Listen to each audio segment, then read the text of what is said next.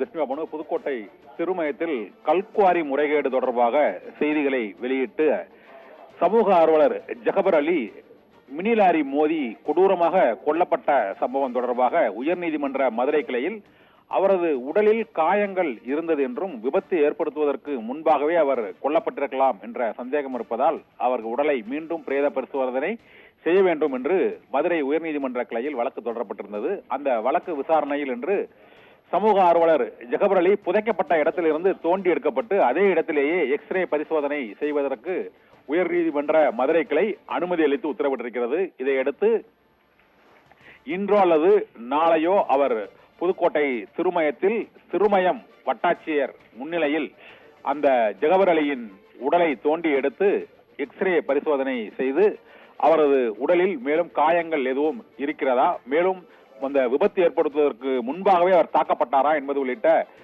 மற்ற உடற்காயங்கள் தொடர்பாக ஆய்வு மருத்துவ பரிசோதனை செய்வதற்கு உயர்நீதிமன்ற மதுரை கிளை உத்தரவிட்டிருக்கிறது.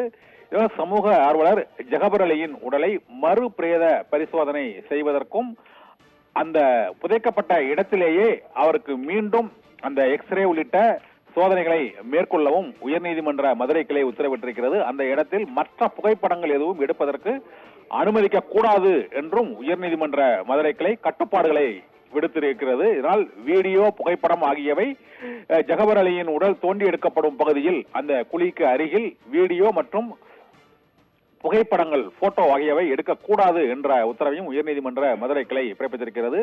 தமிழகம் முழுவதும் கனிம வள கொள்ளைக்கு எதிராக போராடிய அதிமுக கட்சியின் முக்கிய பிரமுகராக இருந்த சமூக ஆர்வலர் ஜகபர் அலி கல்குவாரி உரிமையாளர்களால் திட்டமிட்டு லாரி மோதி கொலை செய்யப்பட்ட சம்பவம் தமிழகம் முழுவதும் அதிர்ச்சியை ஏற்படுத்திய நிலையில் அவரது மரணத்தில் வேறு ஏதேனும் மர்மங்கள் உள்ளதா என்றும், அவர் ஏற்கனவே தாக்கப்பட்டாரா அல்லது லாரி மோதிதான் அவர் கொல்லப்பட்டாரா என்பது குறித்து விசாரணை நடத்துவதற்கு இந்த பிரேத பரிசோதனையை அதே இடத்தில் புதுக்கோட்டை கோட்டாட்சியர் முன்னிலையில் நடத்துவதற்கு உயர்நீதிமன்ற மதுரை கிளை உத்தரவிட்டிருக்கிறது. பானு.